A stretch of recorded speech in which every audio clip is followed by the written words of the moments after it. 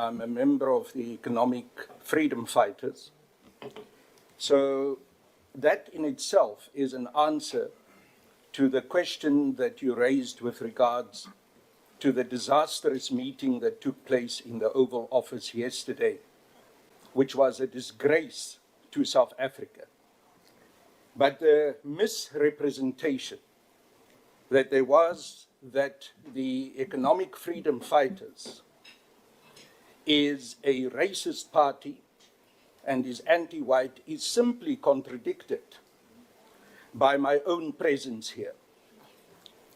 The EFF is an anti-racist party, but at the same time, it is also a pro-black, pro-African majority party, which understands our position very, very clearly, that first and foremost, it is about the restitution of the wrongs of the past and the empowerment of the majority of black and African people. Now, sadly, yesterday, our president was unable to formulate those simple concepts in clear and unequivocal terms to President Donald Trump. On the 25th of May, which is coming Sunday, it is African Day. And we in the EFF see ourselves as a pan-African economic revolutionary party.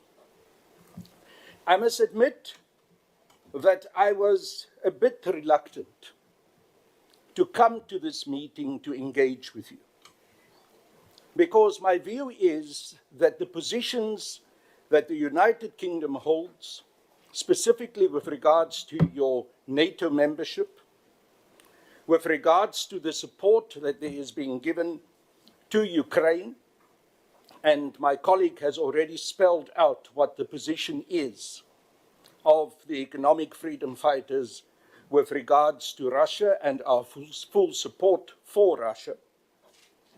And my view also is that despite some critical voices, like one of your colleagues in the Labour Party, Jeremy Corbyn, concerning apartheid Israel, overall, the position of the United Kingdom with regards to Israel has been a supportive one, and that even the Labour Party has not taken the strong principled positions that you should have taken against apartheid Israel. From the side of the Economic Freedom Fighters, we are very, very clear that we support the struggle of the people of Palestine, and we include in that support that we support the right of the people of Palestine to take up arms against apartheid Israel. Can you acquaint yourself with the policies of the Economic Freedom Fighters and what we stand for in terms of our 7 cardinal pillars, in terms of expropriation of land without compensation, and fundamental economic transformation to make sure that the majority of African people, black and African people, can indeed be in control of their own destination in this country of South Africa. Unfortunately, yesterday, severe attacks were launched on the EFF on a very public platform in the Oval Office by one of your closest allies, one of the closest allies that the United Kingdom has.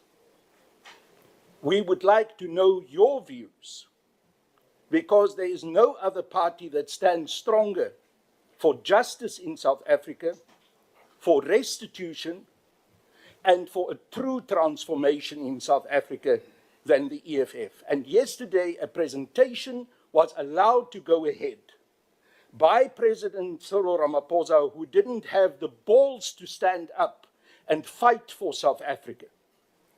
Yesterday, it was allowed for President Trump and the rest of his representation, and even some of those who spoke there so-called on behalf of South Africa, but we don't know how they got there as business people. We don't know how Johan Rupert, who is not an elected representative of South Africa, or Ernie Els, who's a golfer, who's not a politician, could come and speak on behalf of our country. We speak today to you as public representatives with that credibility to really articulate what the position of the EFF is. And then, Chair, as a last remark, because this was so outrageous, we were faced yesterday by Ernie Els standing in the Oval Office thanking the USA for supporting the old South African Defence Forces actions in the Battle of Cuito Carnaval. Now, we need to understand what the role of the United Kingdom in the future is going to be in terms of working for true freedom and liberation in Africa. Because you have to understand that our first line of alliance is not with you. Our first line of alliance will be with countries that we are associated with in BRICS, Russia, China, and let me tell you also, we do support the positions that are being taken by Iran. So we are very clear that we are anti-NATO. We are very clear that we are anti-new colonialism. We are very clear that we are anti what the United States of America stands for. Our first president made a statement years ago. I conclude, sir. I conclude.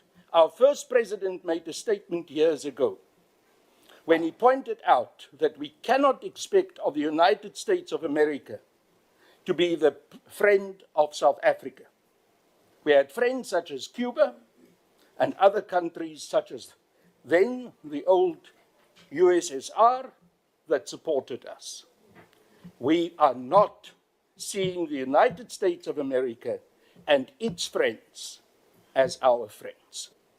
And we believe that that is also justified in the context of resolutions of the United Nations. Now let me conclude with saying, why was I so concerned and reluctant to come here?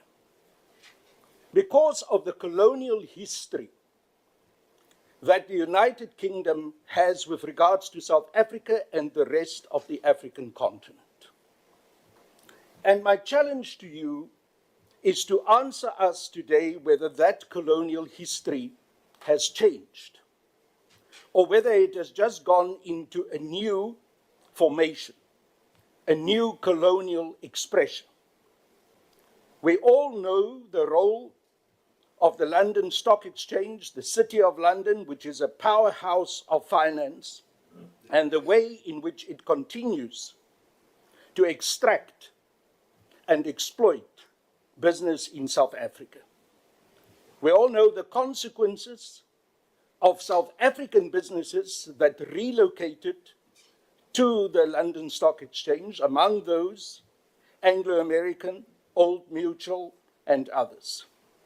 And the way in which it costed us jobs and huge amount of South African resources that had been relocated to the United Kingdom. So I challenge you to talk to us about what is different from the previous very vulgar colonial extraction and the current new colonial relationships that you have with South Africa and other African countries and countries in the so-called Third World. And then lastly, let me sharpen the point that my colleague made with regards to the refusal of you having issued a visa to the Commander-in-Chief of the Economic Freedom Fighters, President Julius Malema, and the rest of our EFF delegation.